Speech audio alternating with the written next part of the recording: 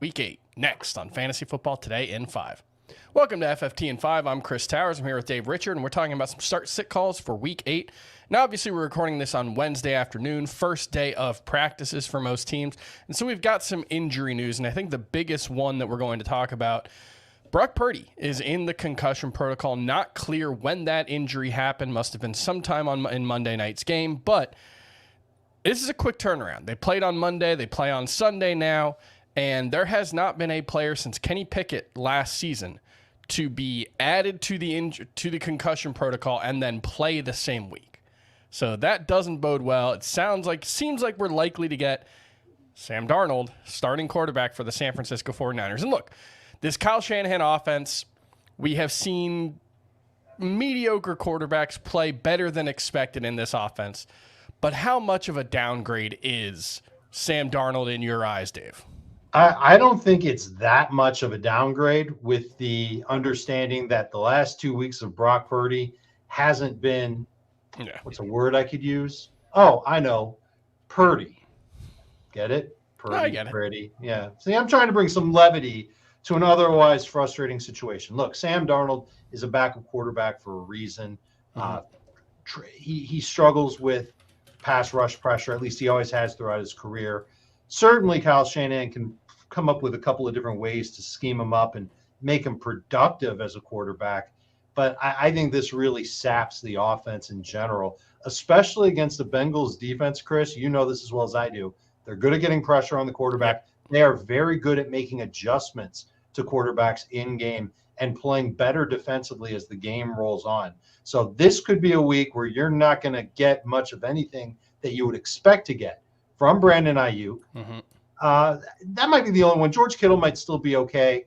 And at least we've got the history of Sam Darnold with Christian McCaffrey in Carolina. They worked well together. It's the only time in Darnold's career where he had a running back target rate north of 20%. But he's always struggled to get the ball to his tight ends, or at least he doesn't really try that hard. He's been under 20% over the course of his career. He's been a wide receiver guy. But he also needs to have precision. Why did that take me so long to say? I don't know. I didn't have precision with my words. Sam Darnold might not have precision with his passes. Goodness gracious. I think Brandon Ayuk is someone who's going to be downgraded quite a bit in fantasy rankings. Because he's more like a wide receiver 3 for me. Probably a higher end wide receiver 3, but probably not a top 24 guy. Is that where you'd rank him as well? Yeah, probably in that range, somewhere between 20 and 28 overall. All right, some of the other injury news from Wednesday. Zach Moss didn't practice with elbow and heel injuries, so that's something to keep an eye on. Jonathan Taylor looked really, really good last week. He did. Could be the Jonathan Taylor coming out party. I mean, it kind of happened last week, but I think it's going to trend that way either way. But if we're in a situation where he's getting 70% of the snaps this week, it could be all systems go. Aaron Jones didn't practice on Wednesday. Hopefully that's just a maintenance thing. There was a quote from Matt LaFleur where he said, he's just a little bit sore. Hopefully we can ramp him up as the week goes on. So that was a little concerning. Miles Sanders did practice coming out off of missing week 6, had the bye in week 7. So that's a good sign. Not sure what the role is going to be for him. Do you expect him and Chuba Hubbard to be in a more or less 50-50 split? Yeah, I think we'll see something exactly like that. All right, and then Alvin Kamara did not practice on Wednesday. It was an illness. We'll watch it, but at this point, I'm not expecting him to miss Week 8, but we'll keep an eye on it over the next couple of days. Then the other one, Ryan Tannehill didn't practice today. Mike Vrabel, we've gotten some reporting maybe that suggests that Will Levis is more likely to start for the Titans, but Mike Vrabel doubled down on Wednesday when asked about his quarterback situation. He said he's going to use both Will Levis and Malik Willis in Week 8. Is this a situation where if you've got 2 quarterbacks, you've got none, or do you think this offense can still work? You've got 2 quarterbacks, you've got none, and you've got uncatchable or inaccurate throws heading DeAndre Hopkins' way. Yeah, it's going to be really hard to trust DeAndre Hopkins. I will say Derrick Henry had 309 total yards and 3 touchdowns in the 3 starts for Malik Willis last season. Obviously, he hasn't looked great this season for the most part, but I'm still starting him as an RB2 with, no matter who the quarterbacks there are. So I will still be going with Derrick Henry. And one other question I've got for you, Dave.